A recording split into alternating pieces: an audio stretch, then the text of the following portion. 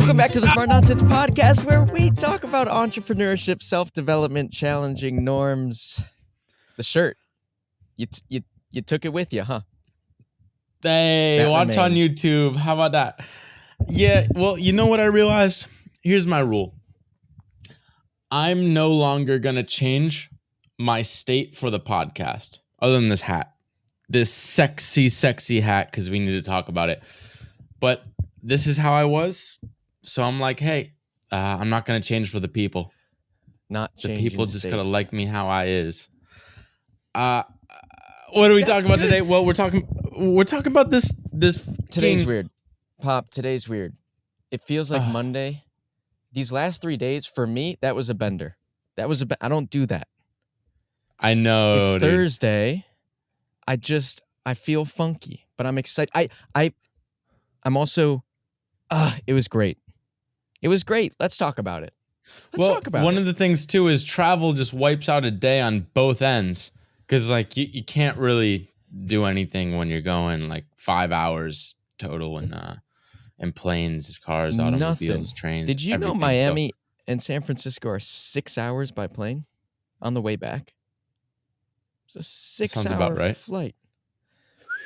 Well, you've been in the middle of the country, so everything's just a couple hours for you. But I went to LA once from Boston. It was a dip. I was scared too. There was a medical emergency. I didn't think I was going to make it back, but we're here, and she was okay. Easy. You got the economic enema? What happened?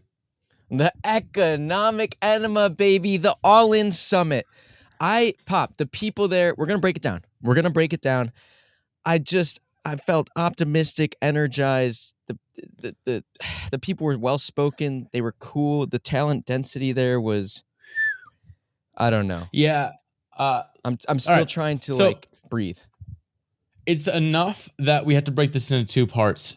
This is the first half of the summit. Then we're going to get into the second half.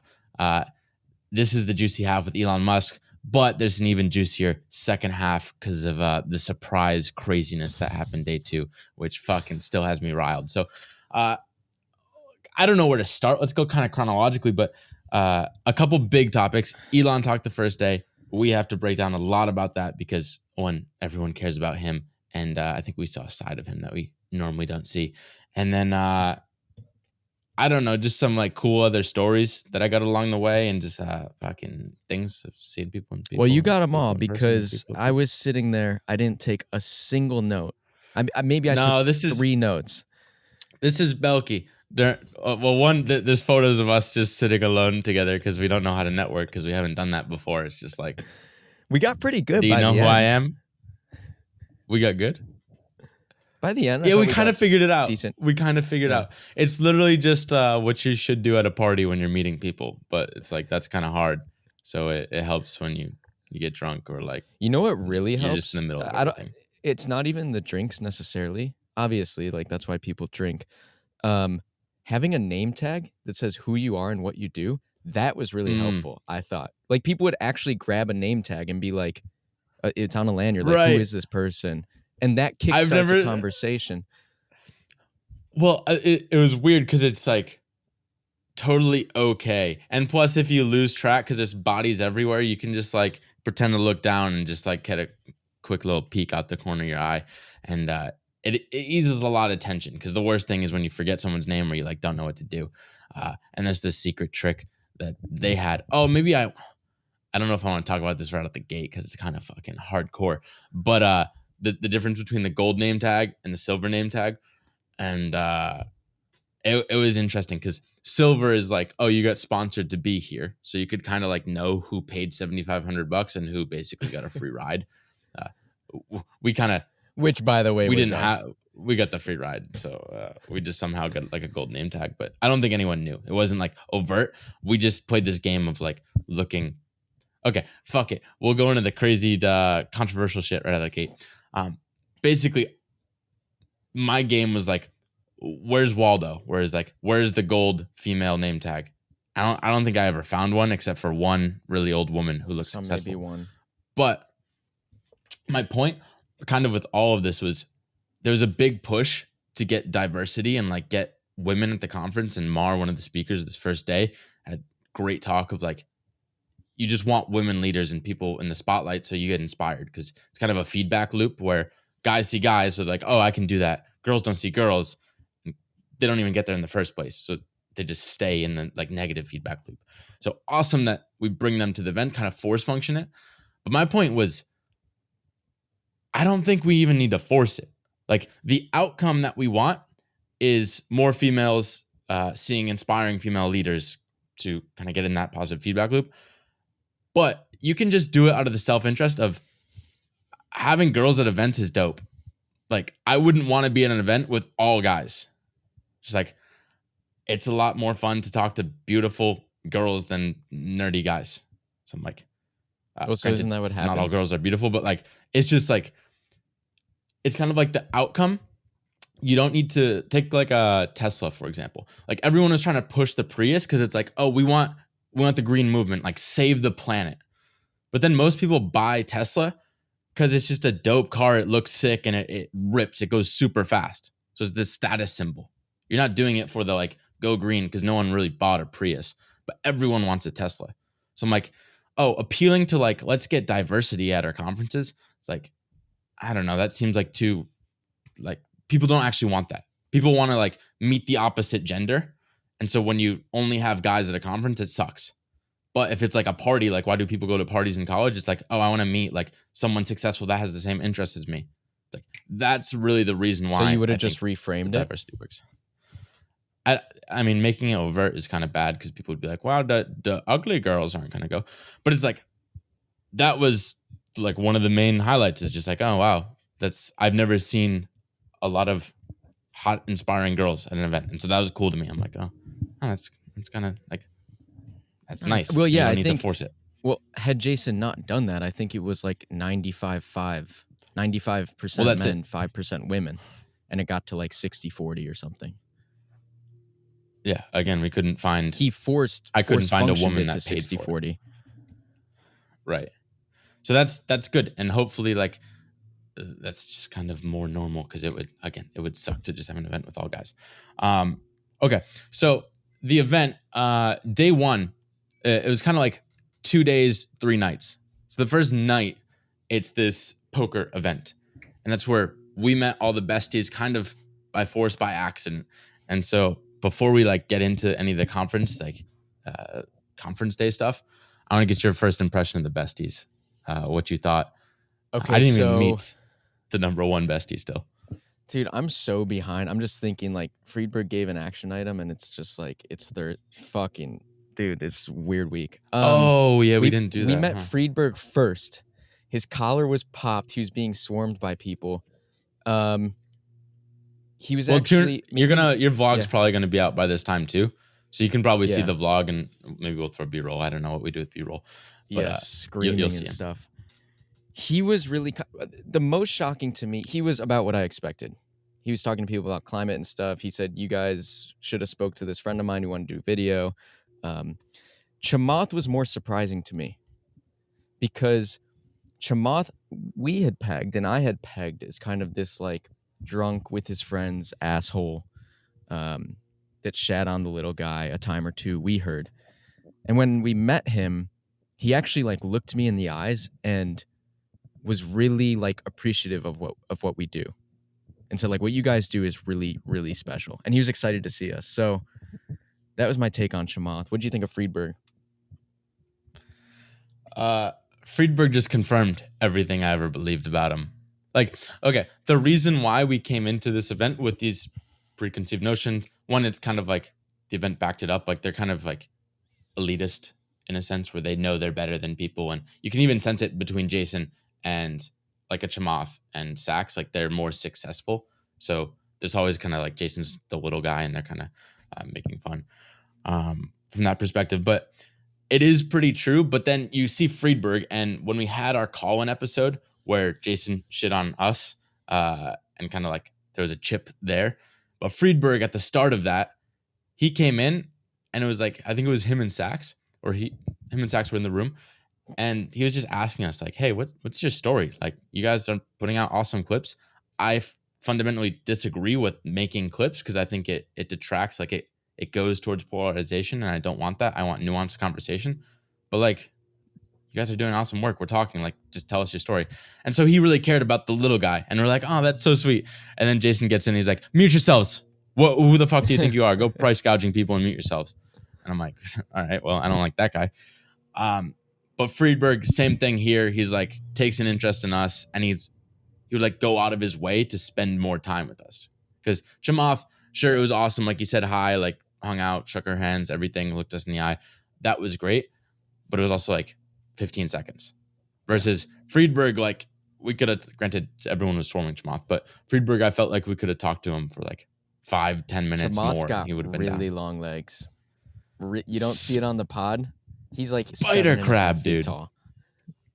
I've never seen anything like it. The craziest leg to torso ratio you'll ever see. But he's a beast. He's huge. So Chamath was cool. Jason's just kind of running around, being the party host. All good. Great party. Threw a great party. All 3 nights. We'll talk about them, the others later, but like, just, it was a great event. You got to give it to him. So the first thing, you'll see these hats that we have on. And that was like our kind of purposeful, kind of incidental, like, marketing, where Incidental. this is like a supposed to be a Godfather event. So everyone's like dressed up in suits and stuff, and one wears scrubs. So we don't really have that. But no one with the suit is going to wear a hat. That just makes no sense. Who the fuck does that? But we come in with these blue hats with a face on it. And they're like, that kind of looks like Sax, I think. And now everyone, kind of similar to the name tag, where you have this excuse to go up and like say hi. It's even more so. It's like literally we walk into the event and these 3 pretty attractive girls right off the bat, they're like, we're walking by to the bar and they're like, hey, what are those hats? I'm like, hey, it's working. It's like, And not if even you want just the that. easiest networking. Not even just that. They were like, wait, is it just you two? Because I've seen like a dozen of these hats around. I feel like I just see them walking around, and it's like, no, it's just us. But they're that memorable that, you know, if you see it once, you think you see it 24 times. Right. People wanted to buy them. It was kind of funny. Oh, that is interesting. It's so memorable that you start to see it everywhere, even though there's only 2. There are only 2. But When I was kind of, I would look for the hat. I know, me too. When people ask, they're like, oh, whatever, I don't know, you come here alone, or like, who are you friends with? I'm like, well, if you see another guy in the blue hat, that's my buddy. And then like, it's easy. They'll point you out and be like, oh, Belky, get over here. It was just really cool from that perspective. So I'm like, same thing in game, and like talking to girls as like the pickup dark arts world. It's like, have one little item, like don't go crazy and have your whole wardrobe looking like you came from a circus, but like one item is your little peacock item. Because most people in conversation, it's hard to start a conversation. Like we're talking about this in the conference, like that first, what do you say, is the biggest barrier in the world, where if you don't have alcohol, most people just avoid. But if you have a hat, you're making the other person's job so easy, because the first thing is, why are you wearing a hat? Who's on that hat? What the fuck? It's just the easiest conversation starter. So in a networking event, any sort of party, I want to have like that one flair that just makes the other person super okay with saying hi to you. Because it's just like, oh, here's the start of the conversation. Automatic start. Yeah. And then what's nice is like, well, why David Sachs? And then it's like, oh, you know, Friedberg might be our favorite, but we've done some work with David Sachs. Oh, what do you do? We've done this. We're doing the video for the conference. You know, it's you're like Henry Belcaster. Can slippery I get a photo? slope. Slippery slope. Slippery slope. That was great. So pretty much awesome. Didn't meet Sachs, or I didn't meet him. You met him by brute force, sneaking into the poker table. Eric. It's right. like, have the vlog. Well, that was the camera out hack. and just walk past the velvet ropes. So the besties were playing at the final poker table, and you're like, Belky, just go. And I'm like, I got the vlog camera. I'm just gonna go. And we had fat brought DSLR. Right. Yeah, and the only people standing around the table are the proper video crew that they hired for the event. So it's like, it looks totally. I almost said totably, dude. I almost said totably. We had made a hat for Sax that had my face on it. So I went over there like a crazy man and vlogged him. And Jason was pointing me out because he saw me. And then David and I met for the first time, and we got a good side hug in, which apparently is Sax's love language. So Right. So did you, because that was a bold introvert move of just ripping it. Did you feel nervous in that, or were you just adrenaline high? What was that like? Because I was like, oh shit, Belky's going for it. Yeah, and I told you this, like, it's this funny thing. I don't really like people. I can flip the switch and be an extrovert. I definitely don't like crowds. And there were a couple times at the conference you were like, "That's Ryan Peterson. Go talk to him. That's Meet Kevin on YouTube. Go talk to him. That's Brad Gerstner. Go talk to him." And I'm like, "Eh." But if I have something to say and I have the vlog camera, the big DSLR, I'm like, I got nothing to lose. I'll go full blown, like, what's the worst that can happen? They usher me the other way. It's like if I Right. had an agenda, and that doesn't make me nervous at all. Especially because Uh, I'm kind of playing this YouTube character. So there's even this facade of, like, it doesn't even reflect on me necessarily. right. Yeah. It's I mean, kind of that was bizarre. me recording bold introvert videos. I'm like, well, I'm going to do shit that I normally wouldn't do just because there's a camera there. Or like, Mm. you know, even when I'd play hockey, like I remember there was this one story. I was captain of our club team in college, and it was like the first game, and we had to go through like where the people were going to be on the lines because I had to make the lines. And so I just stuttered the whole time, like reading to the whole team of like I got through the first line, and then I just got really nervous, and I got in my head, and then I was like, my voice is cracking, and people were like, "What the fuck, Dylan? You're just reading the lines." And I don't Yeah, know, when I sometimes have the adrenaline going, like mid game, I don't give a fuck because you're not like you got to thinking not think about the too hard. Yeah, consequences. you got You to not just think too you hard. just start I'm walking. like, I'm recording a YouTube video. I'm just going to walk over there. What's the worst that can happen? Right. Go. This is I think this was I don't know if it was day one or two. Day two. It was day two. Jason just got reamed out. We'll talk about that tomorrow or the next episode. But Belky just sees Jason walking the street, and your first instinct is just run. Not even like walk. It's just like sprint at I just Jason, saw the who's bit. I probably see on him. edge. I saw him with a security guard, which, yeah, he's probably on edge. He just got reamed by this defense startup founder. We'll talk about it. But I just saw the bit. I was like, oh, I'm going to be a crazed fan that needs his autograph, and I just went. Really spooked him. I was blocking, Really dude. spooked him. I The was running security guard away. did nothing, let me tell you. The security guard actually stepped back as well. It's And all what do you call that to prevent it? It's like deterrence. It's all deterrence, but once you're in, they're like, oh, we don't actually. What do we punch this guy? He's got a vlog camera. Um, so okay, basically, cool first night. Events kickstarted. We're like, oh, people are interesting. This was fun. Just met a lot of people. And you want to talk about the day two, gold we coin you come in. didn't get? Oh, Renee, dude. Right. Okay. So this Renee this is, event, it was yeah. No, you do it. Go You do for it. I wasn't even And there. then I makes was us- running around. I wasn't even there. Well, But how I've it been works there. is we got there and people are already playing poker. Like we got there a little bit late, and we were waiting for the next round of poker. It's free, like you don't have to pay anything. But the winner from each table, and maybe there are like a dozen tables, you get the chance to play with the besties at the final table, and that's where Henry stormed the table and kind of got the vlog shots. So in the second round, when I finally got to play, I sat down. Belky was running around getting drinks for some hot girls because that's like the thing he likes to do. No, it was Okay. Nick. I was getting a beer for Nick. Okay. Yeah, you actually didn't get it for the girls, but God, they were sexy and they wanted Belky, but Belky's firm to his principles, man. I'm a principled man.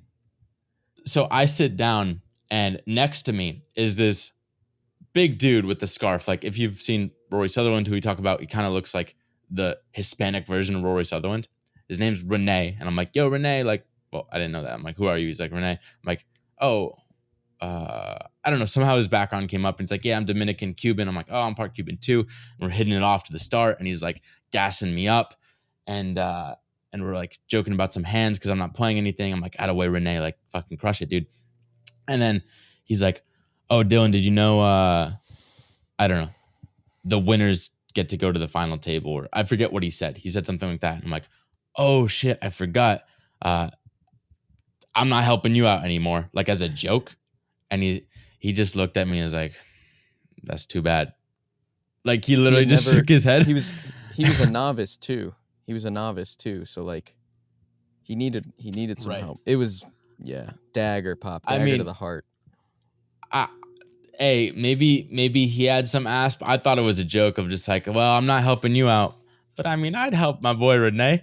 I go all in on double eights, get knocked out by our friend Zach, who had double kings. Double eights. He ends up fucking crushing the game, crushes it so much that he gets all this energy. Now he's piping up Renee. Renee's stoked, and Renee gets knocked out, but he's just like buddy with him. After our friend Zach wins, so he's going to the final, semifinals, whatever it is. And Renee's like, "Hey man, thanks for cheering me on, supporting me," and hands him a gold coin worth $2,500. Zach quoted, he said, "Thanks for helping me out." Zach.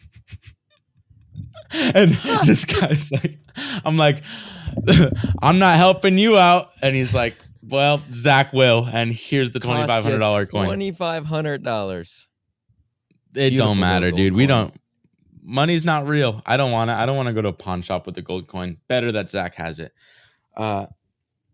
So cool night. Zach had never played poker before. That was sick. He was talking about getting 3 J's and losing to 3 A's. By the way, Zach, this person we're talking about, he created the intro 3D sequence for the All In podcast. So he went there on a scholarship for free too. He was on the team. Day. He does a bit of work for Jason. So, okay, let's on to day the actual one. day. On to day one. Hey, we'll get to Elon at some point. We're 21 minutes in. All right, let's go to Elon now. So wait. Well, we could talk about Elon. We could also break down that full episode as its own episode. Oh, you want to do that? Yeah, I mean, we could talk about Elon in broad strokes being there. But I mean that. Oh, I don't know. Okay. Yeah, it probably deserves its own. All right. Well, I'll see how much other thought I have. But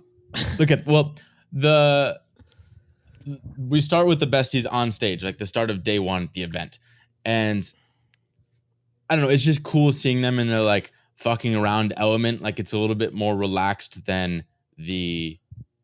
Oh, our fuck! video I forgot kicked we it made off. a video. I forgot we made a video. Koi made the video that kicked off the conference, and it was 5 minutes long, which as short form people, we were a bit worried about the length, but it hit all the beats. The crowd was loving it. Right. A lot of great laughs, good energy. Yeah, that was sick. It played really well on the big screen. And that's one of those things. It's like, okay, maybe you're listening to this and you're like, why are Dylan and Henry at these events? Why? There's another crazy offer that we had this morning. I don't think we're ready to talk about yet, but couple days. How do we get into all this shit? Dude, I can't breathe. Sorry. I know. Sorry. I know, dude. Craziness to come. Keep following the pod. I live in a van. I got home last night. I realized 6-hour flight and all of this, and I'm like, I live in a van, huh? It's like I can't even like sprawl out and just. This next event that will come up, and we'll have a pod for that in the future. Assuming we we're gonna objectively be the poorest people there. Like we can't afford one doubt. night. We can't afford one night.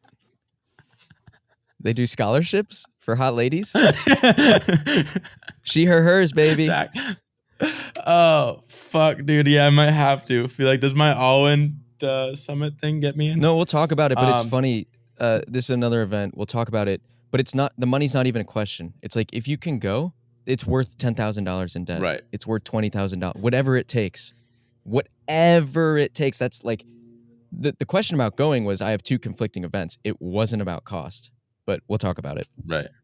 Well, it's also about cost, but that's not. The principle is just go to the event. Like we optimize for people, and this is the ultimate people event.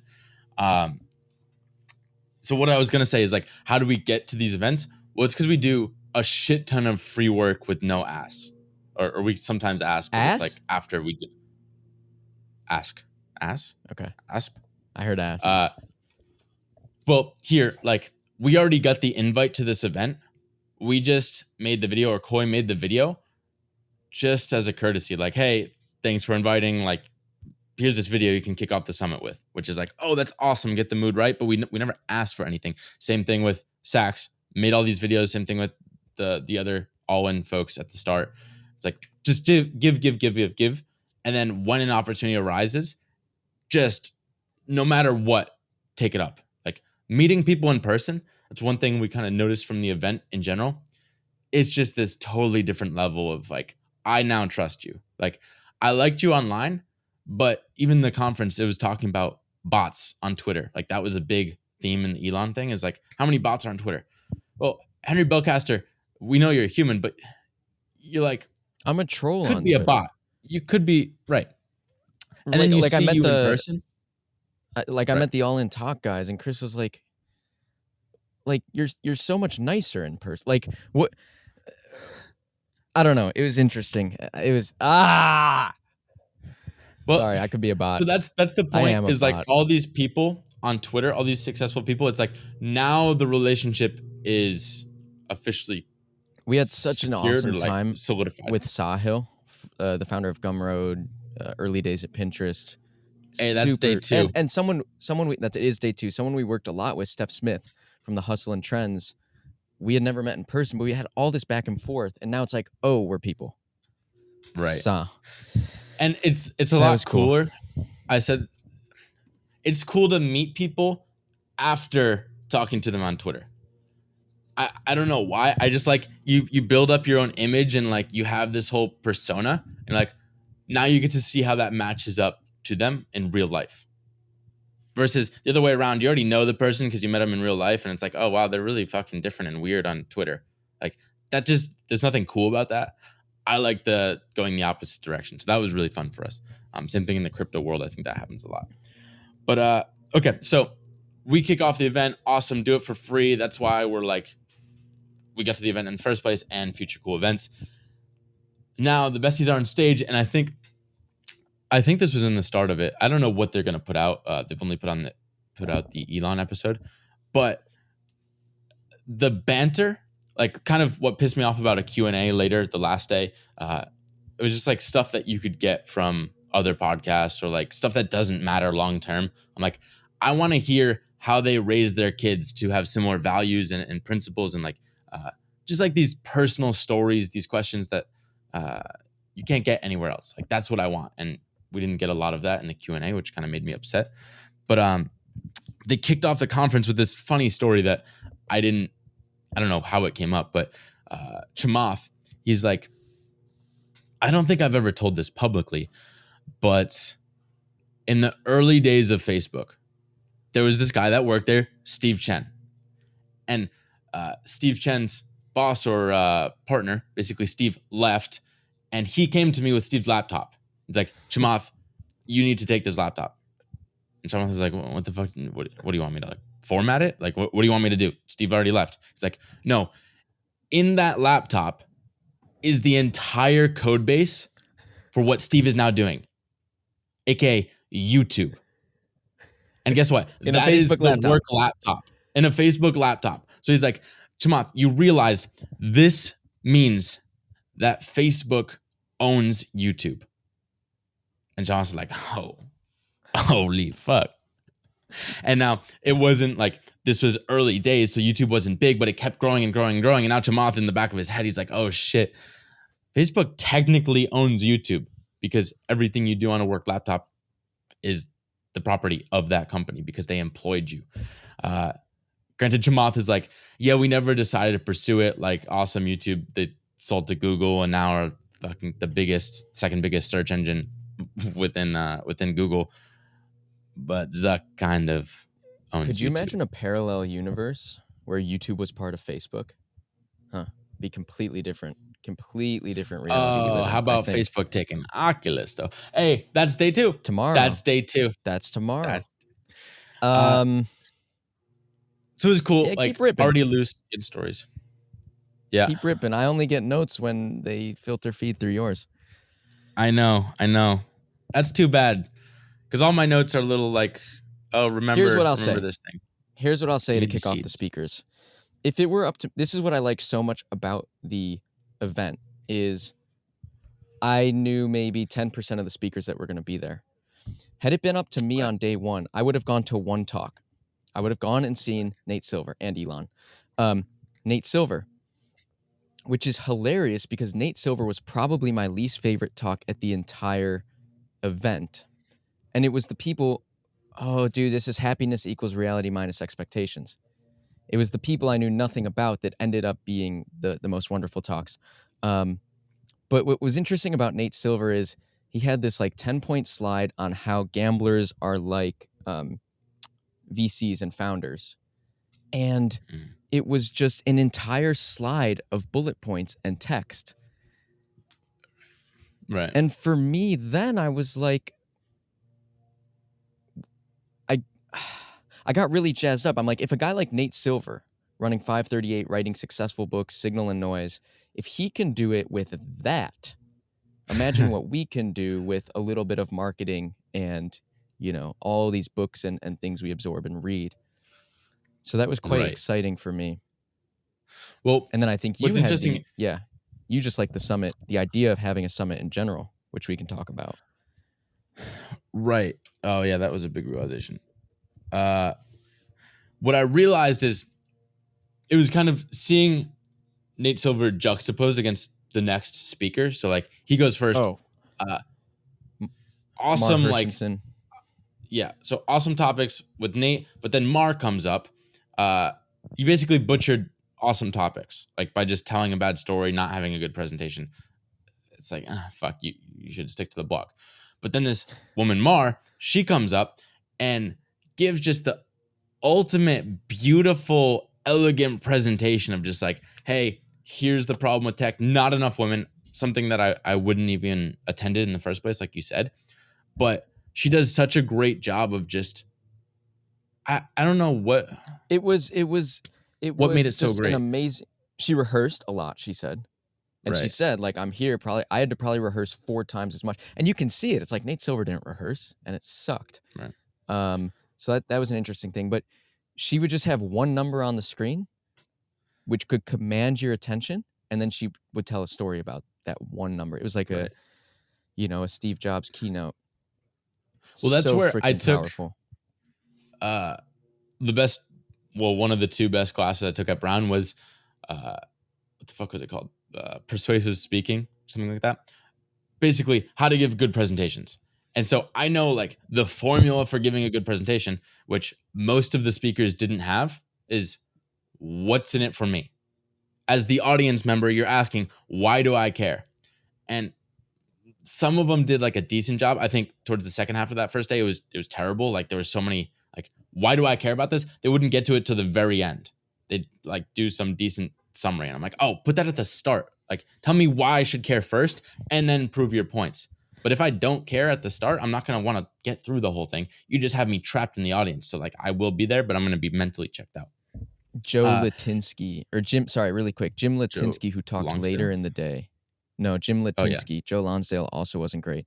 But Jim Latinsky went into this 10-minute thing at first about EV and rare earth metals and what he's doing and what his fund does and how he accidentally created this thing. 80% of the way through the presentation, he puts up one picture on screen.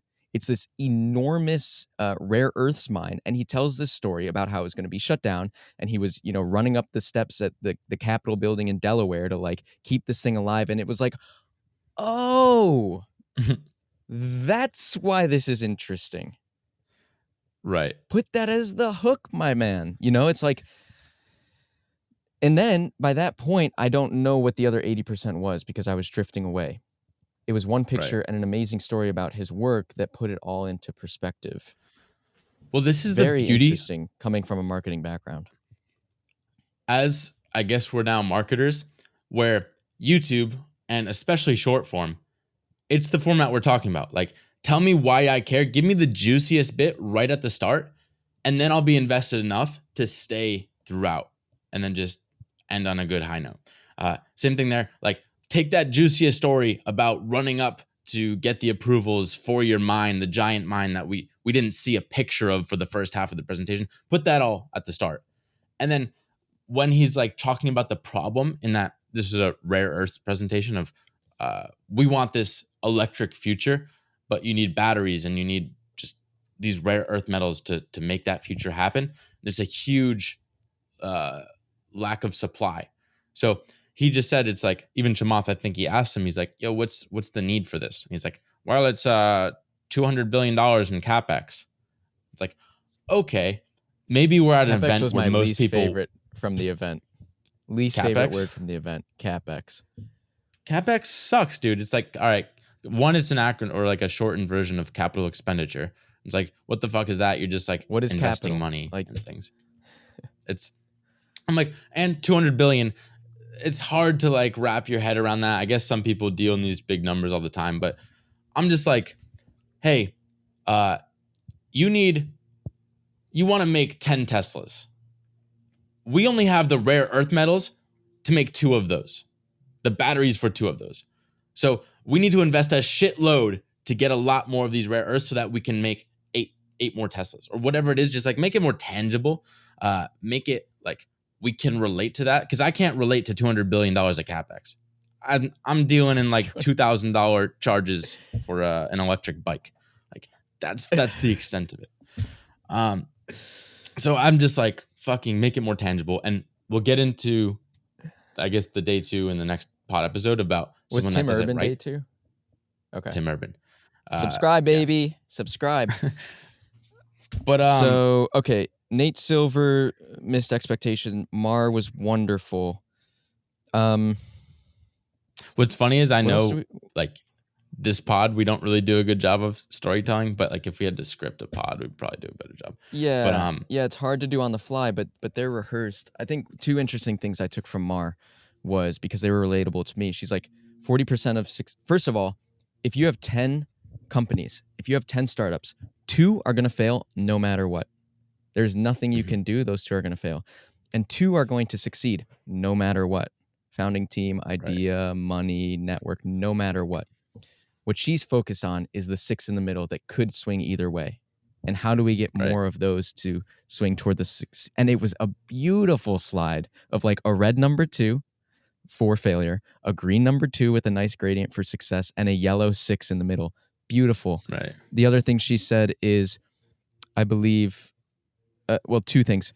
40% of successful founders started something in childhood or something, which was interesting. But then to back that up, she had this amazing graph that showed 2 lines. The y-axis was when you start. And if you had started something in childhood, you were way up the y-axis, and then you go exponential when you start something. But she said it's not the norm, and it's not true that you are born an entrepreneur and these things can't be taught.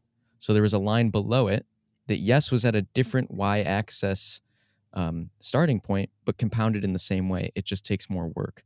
And that's what she's focused on, is that lower line of those 6 founders that could swing either way. How do we make sure they go exponential? I thought that was rad.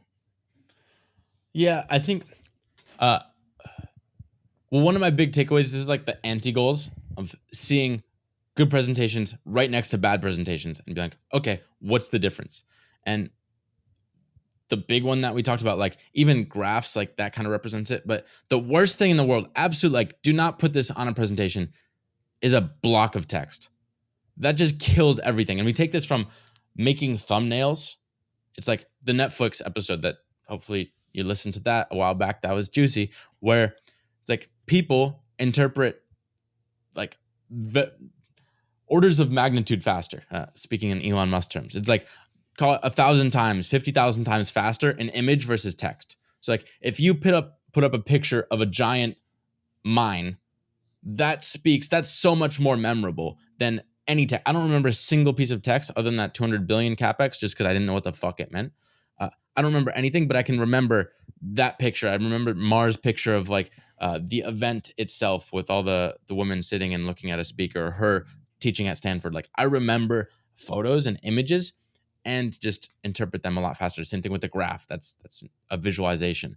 That makes more intuitive sense than any text that you'll ever put. I have no idea what Nate Silver said with any of the text. That's a cool litmus test. I took 0 notes. I could probably sketch out Mars' entire talk in slides. Versus Nate Silver gave 10 points about being a gambler and a founder and how they relate. I couldn't tell you one of them. I couldn't tell you one of them. Right. That's super interesting. And right, so it's like, am I supposed to be listening to you, Nate? Am I supposed to be reading what's on the slide? And then you're not saying exactly what's on the slide, so then you get really confused in the middle. Dude, that was interesting. That was interesting. Well, one other thing I realized, actually, this will go into the Bill Gurley and who's he with? What's his name? He's on the pod too. Brad before. Gerstner. Brad Gerstner. Those two, big time investors. Bill Gurley's like the Yoda of Silicon Valley in terms of investing. I guess we've said this with Naval before, but he's like the VC guy. Like every VC looks up to him. Does he have Sequoia? No, what does he have? He's not Founders Fund. Benchmark. Benchmark. Sorry. Well, that goes to show how much we know. But Benchmark, super successful guy. Everyone looks up to him. And he was talking about just a bunch of boring shit. Like we always check out when they're talking about like stock market fluctuations and are we in a recession or not. And it's like, I don't know. It doesn't matter. And even Elon in his talk, he's like, hey, recessions are good. Because now like we had a bunch of wasted capital. Now it goes to the people that really deserve it. It's like, okay, that's a good point. Like the market was whatever. We checked out for that. But what stuck out to me, what I remember most was Bill Gurley talking about Adam Neumann. And he's like, Adam Neumann, he started WeWork. And there's an awesome WeWork documentary, I think on Amazon that I watched. Also the Jared Leto, I don't know if that's on HBO or where that is, Showtime, whatever it might be. It gets into WeWork, and he's like, Jared Leto played that amazingly. That role he did was like spot on, because Bill at Benchmark, he's like, our rule is we never invest in real estate. Real estate just doesn't scale. We're looking for the software, the things that can go exponential. Real estate, it's not that. But we took this meeting with Adam Neumann, and he was the best speaker and persuasive person we've ever met. Nothing like it. We left that being like, we have to invest in this person, whatever it's real estate. Right. I'm gonna break our core rule of like real estate is not it, because I need to invest in this person. And I see that and I'm like, okay, that's the most persuasive person he's ever met in his life, and he's met literally probably every person in Silicon Valley who's told an amazing story. Like Elon Musk, anyone, they don't compare. And Elon's not even fucking persuasive at all. It's interesting where he's gotten. But I thought of like, it's interesting because the majority of speakers, or at least half of the speakers, I would say were boring. So I see it as like, often the most boring speakers were also the most important people. I'm like, oh, interesting. So what's up with that? It's kind of like if you, I remember I broke my arm. And my arm looked like a snake. I don't know if I want to do B-roll, but it's fucking gross. I have a photo of it. And I went to the doctors, and there were two doctors that could operate on my arm. One was this like kind of overweight dude, just kind of like looked disheveled. And the other guy was like this beautiful, handsome, put together man. And they're like, hey, only the disheveled guy can operate on you right now. If not, you can go home, and then we'll get the beautiful guy to work on your arm tomorrow. Is that what they said? Yeah, they're like, this guy can do it now, and my mom's like, no, not but if that you want guy. the beautiful guy It's tomorrow. It's just like people intuitively trust and want the beautiful person just because like we have this aura around beautiful people, and I get it. But now I have to come home, and I was literally in this room where I'm at right now. Oh, easy. In this room right now, sleeping in like a beanbag on the floor, my mom in that bed, and I was just whimpering the whole night. I couldn't sleep because my arm, it was literally almost compound fracture. Went for the beautiful guy. Went for the beautiful guy. Going the next morning. He operates. I haven't had problems with the arm, so he did a good job. But the idea is, you should go for the disheveled person, the fat, ugly person. Go for them. Easy. Because they had no advantages in life. They weren't going to get the opportunities just because they're beautiful and people want to talk to them and people trust them more just because of their beauty.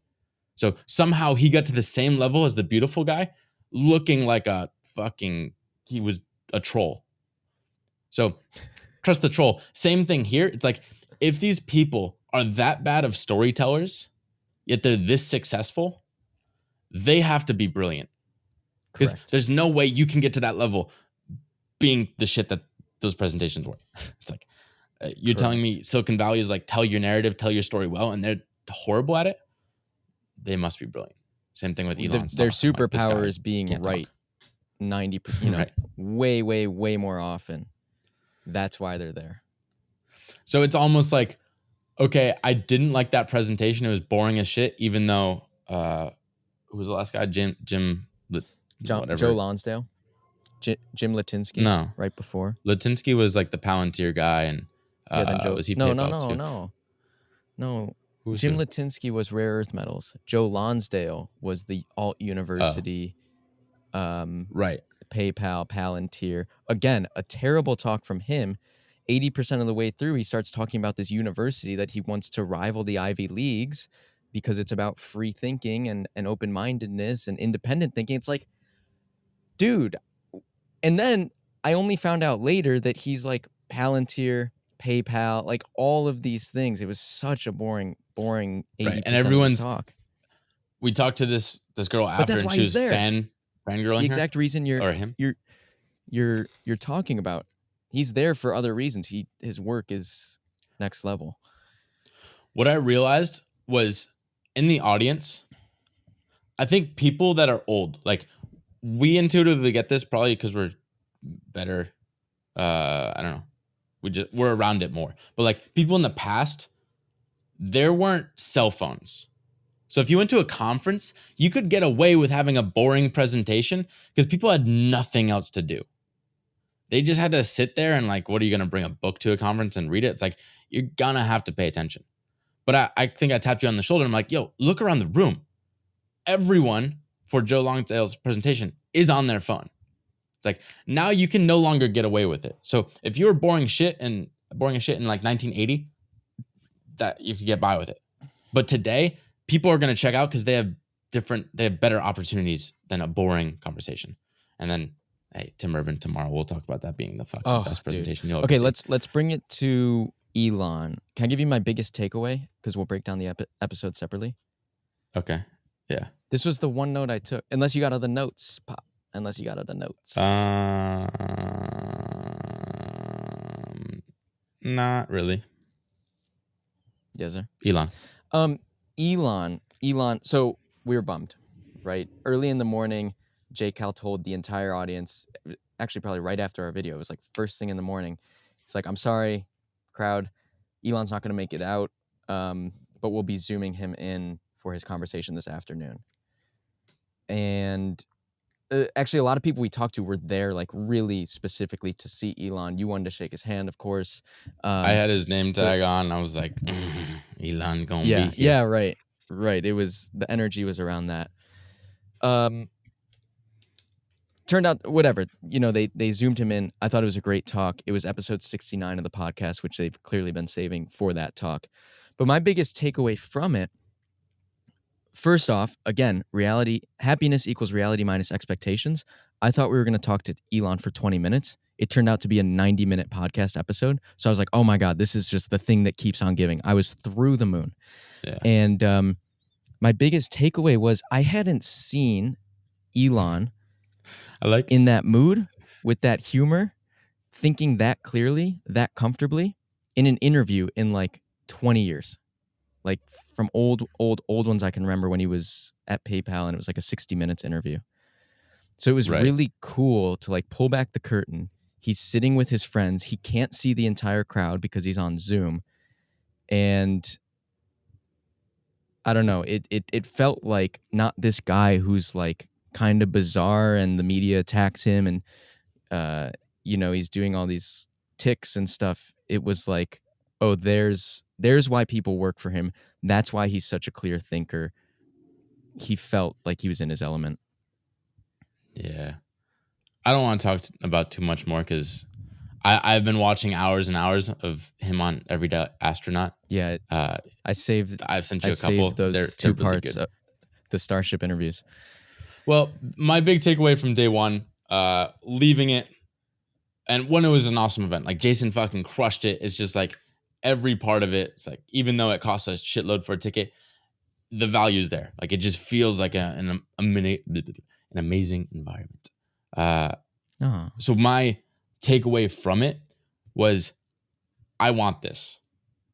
I want what the besties have on stage of just talking about cool topics with amazing people, with Elon, being friends with Elon, and just having this awesome environment. Like it was the coolest shit in the world to me.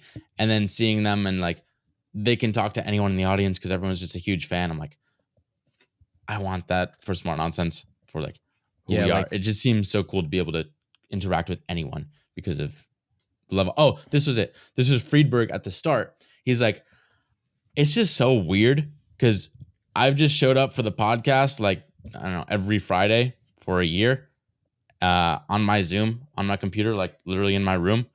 And now I come to this event and there's 1,000 people and they're all cheering wildly, trying to like literally like groupies trying to meet me. And it's like, what the fuck is happening? I just looked in my webcam for a year.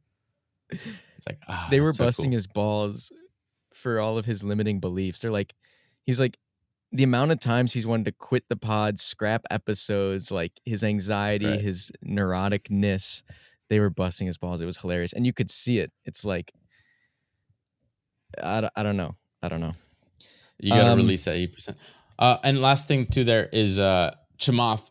He said on his way to the event, he even felt the imposter syndrome that I think everyone feels of, wow, all these people just paid millions of dollars to come see us and me.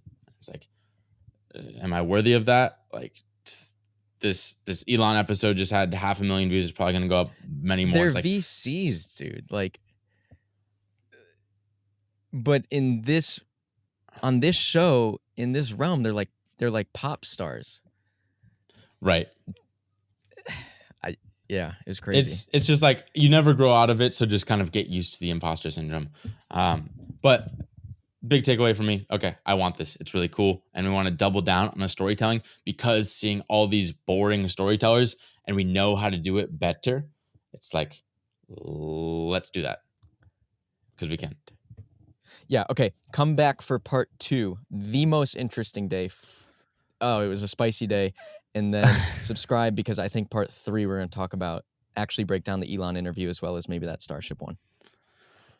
Gordaloo! Up, Pop. Gordaloo. Oh.